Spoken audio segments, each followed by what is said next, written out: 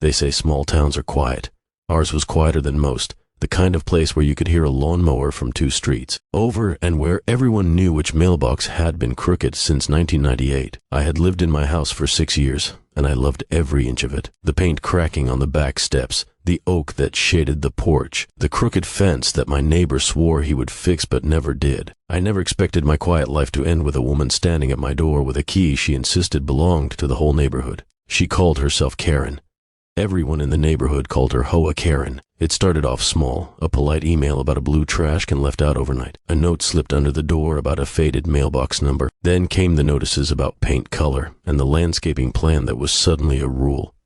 I tried to be reasonable. I painted the trim. I trimmed the hedge. It never seemed to matter. Karen liked the sound of her own authority and the look of respect it demanded. The first time she used the master key was on a Tuesday. I was at work and my son, Marcus, was watching a basketball game in the living room. He was 20, lanky, with a mop of hair and a smile that could soften anyone's day. He took care of the house while I worked long shifts. Marcus had keys like any teenager, but no one had a master key, or so we thought. Marcus called me later that night and said a woman in a blazer had been fiddling with the front doorknob and then walked away when he appeared in the hallway. He thought she was a repair person. He thought wrong. We called the HOA. We called the management company. They promised to look into it. Karen said it was urgent work, that an inspection needed to be done across the neighborhood. People in our community trust other people to be honest about inspections. The word inspection gives power. The word inspection gives permission. Over the next few months, she came more often. She measured things, she took notes, she made lists.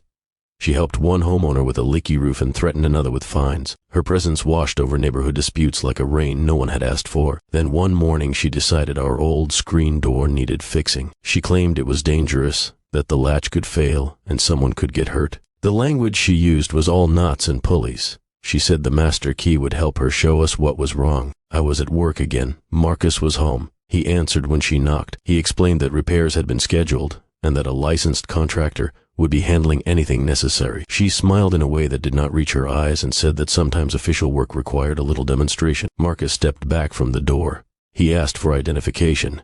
She held up the key and repeated her name and role. He told her she needed to wait until I got home. That was when she tried the key. She fitted it into the lock and turned. The door yielded a little with a metallic cough, but then the knob stuck. She tried again, harder.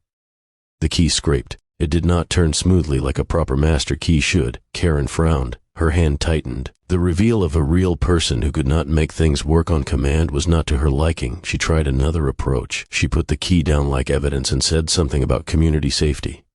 Marcus told her politely to leave. She did not. She set the key down on the porch step and announced that she was calling the police.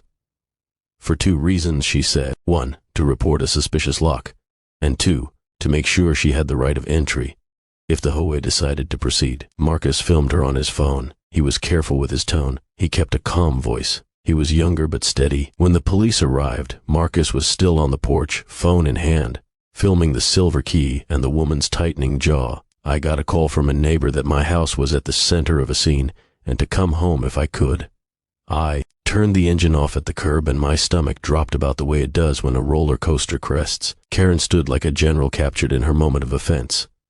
The officers wore their uniforms, their voices low and practiced. They asked for identifications, and they asked who owned the property. Karen answered in a clipped voice and produced a membership card and a printed form. Marcus handed the camera to me, then stepped back. The police left after more talk than action. They explained that this was a civil matter between a homeowner and the association. Karen stood for a minute longer on the porch, then she left with a small, satisfied curl of her mouth, like she had scored a point even though the scoreboard had not changed. Marcus and I laughed nervously when I walked in, trying to smooth out the creases of fear. It should have ended there. For a while it did. The neighborhood returned to its quiet maps of life. Dog walkers, school buses, people watering their front lawns at dawn. A week later, our neighbor Henry, who never left his recliner, called me from his porch. He told me Karen had been found at another house trying the master key again, and that she had spoken to the owner in a tone filled with both concern and command. Someone had taken her picture. Someone had finally asked her where she had gotten that key. She told them it was borrowed. She told them it was corporate. She told them it was given to her by necessity. The truth was messy and it dripped from her like a slow faucet. Karen had not been quietly gathering power. She had been taking notes, making lists of houses that had minor issues, cataloging them like a collector catalogs stamps. She would point out faded siding at a neighborhood meeting and then circulate a form for compliance. She liked the control of being first to point out someone else's flaw. I started to get letters in the mail, the expensive-looking ones with embossed seals, telling me to correct an issue with my trim, to replace a gutter, to fix the height of my grass. Fines started to whisper down our mailbox like a threat. One afternoon, I came home and found a note shoved into the screen door seam. It read that an immediate inspection would be performed. The date stamped on the paper was only 2 days away. Marcus was furious. He had been patient with the woman's tours, but not with threats. He wanted to confront Karen in person. He wanted to tell her to stop. He wanted to show every homeowner that the line Karen drew could be crossed. I understand that impulse. I remember my own days of wanting to set things straight with a few pointed words. On the morning of the scheduled inspection, Marcus slammed the door behind him like a warning bell. He wore his old high school leather jacket and carried a small toolbox as if repairs might be needed. He set up a camera aimed at the lock, a little thing that recorded for hours. He put a sign on the front window that said surveillance in use and a laminated sheet listing our tenancy and ownership details. He had learned to translate paperwork into shields. He went outside, walked the yard, and waited for Karen like a person waiting for the punchline of a bad joke. When Karen arrived, she was more composed than I expected. She had a thermos and a clipboard and wore sunglasses as if she had been expecting paparazzi. She glanced at the surveillance sign and laughed once, a sound that was more like cat's claws on a board. She knocked, announced herself, and then moved to the lock. She produced the silver key again. The camera captured the moment she put the key to the metal and turned with a confident twist. For a second, she believed the door would give, the show would go on, the community would applaud her competence, and then her face changed. The composure slid like a thin veneer coming off a painted box. Her jaw tightened, nostrils flaring, eyes narrowing into a hard focus. She grabbed the door frame and leaned with her weight, pushing and pulling. Marcus filmed it all. The neighbors peered from behind their curtains, their phones held like outstretched flags. Someone shouted that they had called the management office and that Karen had no authority to force entry without written notice. She turned her head like a dog that hears a distant whistle. Then she dialed. Her thumbs moved quickly. She talked into the phone with a practiced voice. Marcus kept filming. The minutes thinned into something brittle and sharp. He kept the camera steady, zooming in on the key stuck, on Karen's fingers, on the way her painted nails scraped against the wood. When the operator answered, she asked for an emergency response. Karen described a forced entry attempt and said the homeowner was refusing access to the property. There was a moment of silence on our porch that sat like a stone. Marcus handed the phone to me, as if the device might pass guilt from one hand to another. I tried to keep my voice even. I explained that the woman was an HOA representative who had been attempting entry, and that she did not have permission to use a master key without prior notice. The operator's voice was calm, a map of procedure. She told us that officers would be dispatched. She asked if anyone was in immediate danger. I told her no. Marcus stayed on the line, his breath a steady metronome. Karen, impatient and feeling slighted, continued to talk to the operator after giving her account. She emphasized the danger. She suggested a trespass. She looped her words into a spiral of righteousness. The officer who responded came quickly, more quickly than the civil affairs ones had in previous weeks. He arrived alone at first, a single car pulling up with lights that did not flash. He stepped out with a calm that was professional and contained. He asked to hear the whole story. Karen presented hers with the confidence of a rehearsed speech. Then the officer did something we did not expect. He asked Marcus for his name and said that he was a volunteer with dispatch and asked if he would verify the details of the call. Marcus blinked. He was confused for a second, then realized the officer meant that dispatch might benefit from his perspective. The officer handed Marcus one of the radios and a small notebook. Marcus' hand tightened around the radio like he had been given a shield. The officer asked Marcus to confirm what had happened. Marcus spoke plainly. He described the key, the way it scraped, how Karen had refused to leave when asked. At that point, something shifted. The officer's posture was less neutral. He checked the key again, and then walked a small circle around the porch. He asked about prior complaints and about the HOA's procedure. He took our statements and then slowly, with the patient precision of someone unraveling a tangled skein, began to read Karen's tone. She was not just worried about safety. She wanted compliance and control. The officer's pen hesitated over his pad. He told Karen that any forced entry required explicit legal authority. He told her that a master key did not trump a homeowner's rights without due process. But that was not the end of coercion. Karen looked at the officer and said she had concerns about a potential health hazard inside our home. She suggested chemicals, poor wiring, something that in her telling sounded apocalyptic. The officer asked if she had evidence. She did not. She had only the ability to describe what she imagined. The officer looked at Marcus and me and then back at Karen. He said he needed to run the names through a database and that he would do a check to confirm the management company's protocols. Minutes later, a second squad car pulled in. 2 officers stepping out. They conferred quietly with the first officer. One of them had a face that remembered too many neighborhood disputes and had learned to ask for papers instead of taking stories at face value. They checked the HOA credentials against the management company information. They called dispatch to verify the complaint.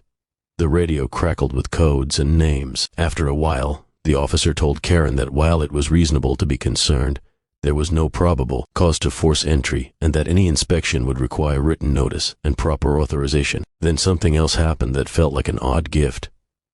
The operator at the dispatch center, in the middle of confirming details, asked if Marcus would answer a quick administrative question. She requested his name and address, and then, for reasons the officers could not explain at the time, she asked if Marcus could remain on the line for a brief recorded statement about the call. Marcus agreed. His voice came across the short static like a bell. He described what he had seen. He said the woman's key had not turned cleanly and that she had refused to leave when asked. Instead, the operator did something else. She told Marcus that the caller, Karen, had also asked for emergency assistance and had described a possible forced entry. She then asked Marcus to stay on the line if the police needed additional details. A beat passed. The officer asked for clarification. The dispatcher explained that the caller had upgraded the call to an emergency due to concerns about trespass and potential violence. Marcus felt the air change. The officers looked at each other and then at Karen. Within minutes, more police vehicles arrived. They moved with coordination and a calm that veiled the tension. Officers stepped out and took in the porch, the stuck key, the woman's face. Their radios clicked. They asked to speak to witnesses and took additional statements. For a moment, I felt like we were characters in a legal drama, watching each beat play out in precise silence. Marcus watched them with a steady gaze. He answered questions with the ease of someone who had practiced telling the truth. Then it happened. One of the senior officers asked Marcus if he would like to demonstrate the situation for the report. He asked Marcus to show the stuck key and to describe what had happened. Marcus walked to the door, lifted the key, and moved it slowly so everyone could see how it jammed. The senior officer had a small smile and asked Marcus a final question about whether anyone had threatened him or whether he felt in danger. Marcus said. The senior officer thanked him and closed his notebook. But Karen was not ready to accept a dry resolution. She wanted to etch something into the record that would give her leverage. She asked the officers if they might take a complaint of trespassing against us. She framed it as a failure to cooperate with official inspection.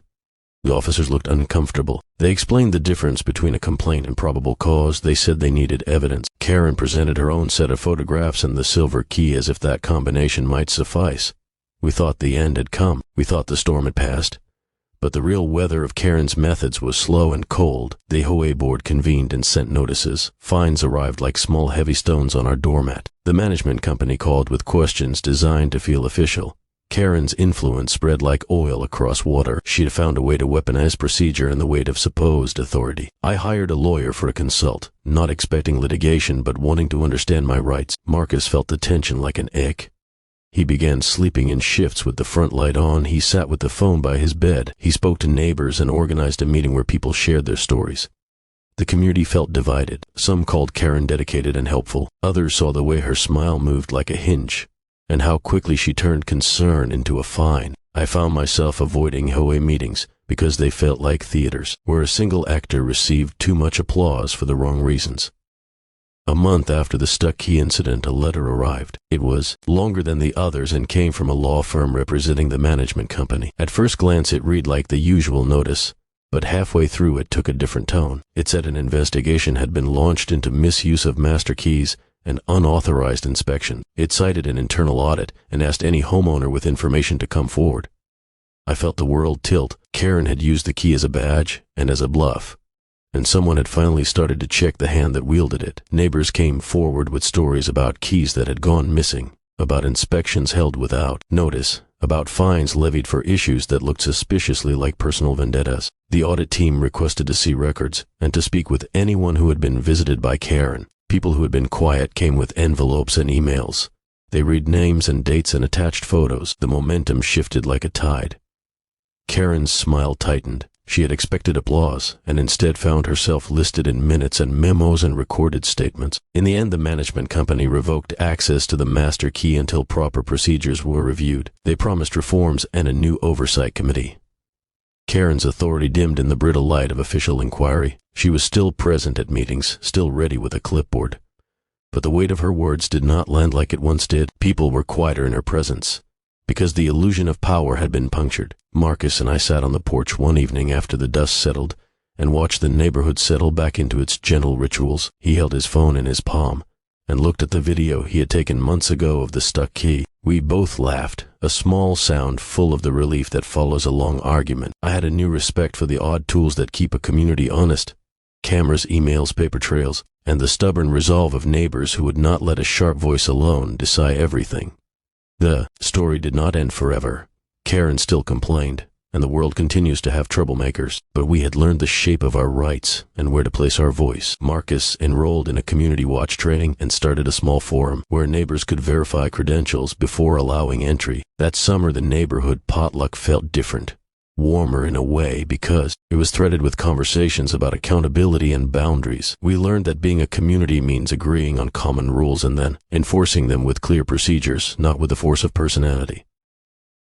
If there is a moral in this, it is a simple one. Keys open doors, but they do not open character.